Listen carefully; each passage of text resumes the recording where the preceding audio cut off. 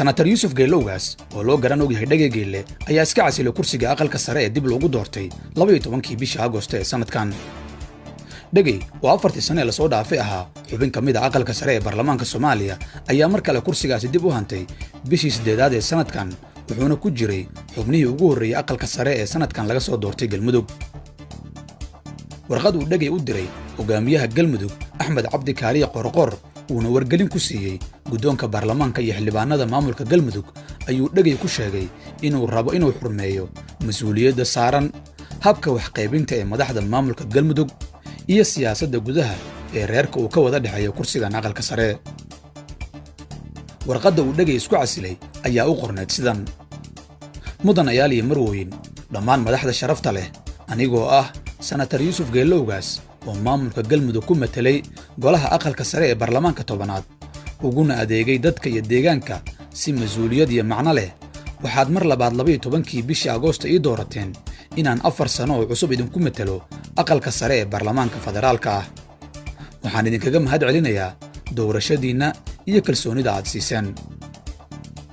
anigoo dareensan mas'uuliyadda iga saaran dalka, gaar ahaan Galmudug oo aan metelo iyo reerka aan kursiga xisaabtooda ku fadhiyay, anigoo raba in bulshadu ku wada qanacdo hab maamulka madaxda Galmudug, anigoo jecel in la daaweeyo dhammaan walaalaha uu kursigani ka dhaxeeyo, waxaan go'aansaday inaan ka tanaasulo kursigii aqalka sare ee dib la iigu doortay 12kii bishii Agoosto ee sanadkan si aan tolkayga dhexdiisa uga abuuro jawi siyaasadeed oo caafimaad qaba.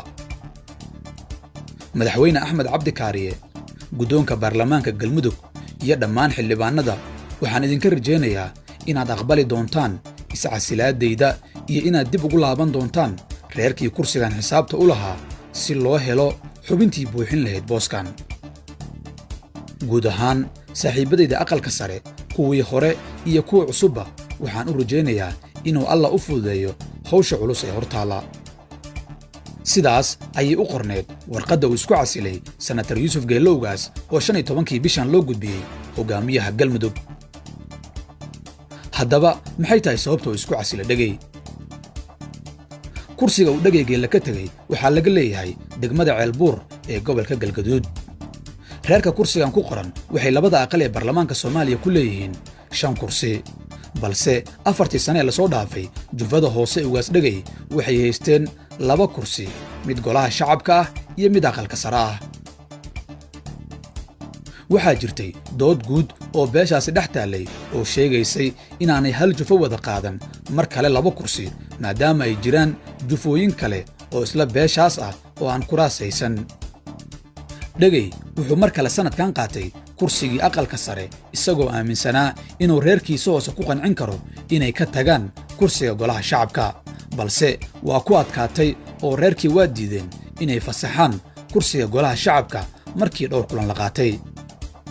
Dhage oo marna senator ah marna reerka saldanada ugaasnimada haysata ka soo jeeda ayaa sheegay inuu isagu go'aansaday inuu si madax bannaan xal u raadiyo.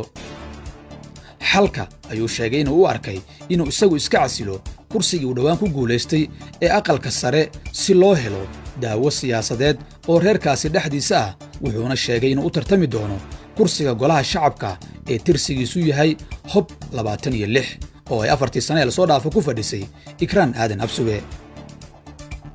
tallaabada uu qaaday Dhage Geelowgaas waa xeer ku cusub siyaasadda Soomaaliya, waana adag tahay in qof siyaasi uu ku qanco inuu kursigiisa ka tago si uu u qanciyo reer kale ay wada dhasheen. maxay kula taadiga?